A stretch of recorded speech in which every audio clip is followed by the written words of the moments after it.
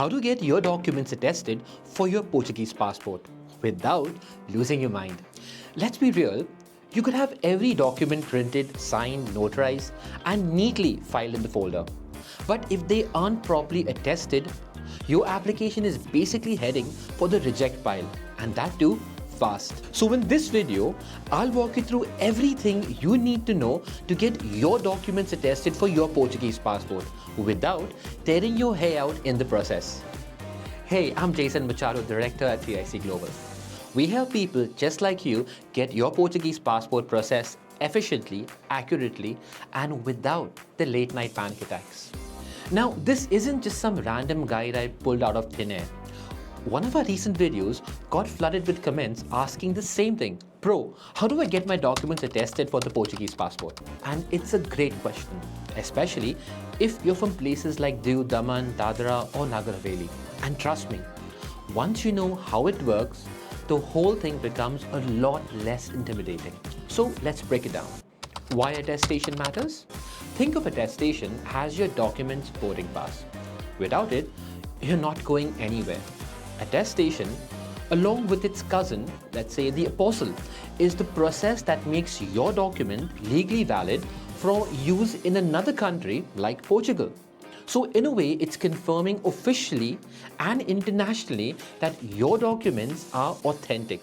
So imagine handing over an unsigned check. That's exactly what an unattested document looks like. It's official, but it's basically worthless. So let's dive into the three main routes to get your documents attested: Portugal, Goa, and the rest of India. So the first route, you're testing your documents in Portugal. This is ideal for those who still hold original documents from the Portuguese era. And by original, I mean actual paper documents issued before 1961, like an old Portuguese passport, or maybe a Para Viagem, which is basically a Portuguese travel document, or even a pre-1961 driving license. And here's the beauty of this route. These originals can be sent directly to Portugal for attestation. We're talking about real, physical, one-of-a-kind documents, and photocopies don't make the cut. Why this route works? These documents were issued during the Portuguese administration, which gives them a unique historical and legal standing. So if you've got these documents in your family archives, this is the gold standard for attestation. Number two, attestation in Goa. Now let's talk about documents that were issued in Goa. So this process is more straightforward than most what people would expect. In fact, it's shockingly efficient. Yes, I said it, efficiency in Goa. So let's split this up in two districts, North Goa and South Goa. First, North Goa. Your document needs to be notarized at the local notary. It then goes to the collector's office for official stamping. And here's the kicker. Goa actually handles the apostle processes locally. This means that your apostling takes place right here in Goa itself and not in Delhi. Pretty smooth, right? Now let's go to South Goa. Same steps, different office. You get your documents notarized, then it heads to the South Collector's office, and finally, the apostle is done here in Goa itself. No need for interstate mailing or endless follow-ups. So local processing means fewer delays, less confusion, and much lower chances of your documents getting lost in some bureaucratic backhole. Plus, here at TIC Global, we have years of experience navigating the processes in Goa. We know the shortcuts and how to avoid the landmines. Attestation outside Goa. So if your documents were issued in any other state like Maharashtra, Gujarat, or Tamil Nadu, buckle up. The process is more layered, but it's still doable if you follow it step by step. So here's a roadmap. Step 1, local notarization. Find a reliable notary in your state who can certify your document. Step 2, home department verification. This step varies from state to state. For example, in Maharashtra, it goes to the Mantralaya in Mumbai. In other states, it could be a different department entirely. Step 3, apostle in Delhi. That's right.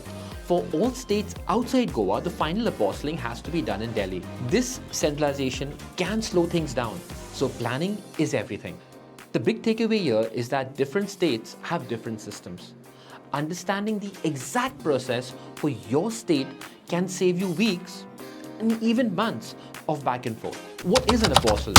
Amazing question, right? Well, an apostle is like an international seal of approval. It's a form of authentication under the Hague Convention that confirms your document is legit and recognized across all member countries, including Portugal. So once your document is apostilled, it's basically ready to cross borders. It's the passport for your paperwork. Now, why do you need an apostille? Well, Portuguese authorities will not accept your application without this step. Full stop. Submitting documents without proper attestations or apostille is like showing up to a marathon in chappals. You're not going to make it very far. It's not just about the red tape also. It's about making your heritage recognized legally, internationally, and with zero loose ends. So here are some common mistakes to avoid. Let's talk about what not to do, because this is where most people trip up. 1. Relying on photocopies of old documents. Originals matter. Big time. 2. Skipping the home department. Your notary isn't enough on its own. You need that second level of verification. 3. Mailing documents without tracking. Always use a secure courier with tracking when sending your originals. Losing them is not an option. 4. Waiting until the last minute. These processes can take weeks, sometimes even months. Get started as early as possible to avoid stress. So how can we help? Look, the whole thing can feel exhausting, and that's why we do what we do. Our team at TIC Global has walked hundreds of people through this process from start right up to finish. We know the forms, the offices, the timelines, and most importantly, the loopholes to avoid. So whether you're dealing with ancient family documents or fresh notarizations, we make sure everything is done by the book, but without the runarounds. So if you're ready to take the stress out of your Portuguese passport process, click on the link below. Let's get it done the right way. No guesswork, no anxiety, just results. Thank you for your time, and I'll see you in the next video.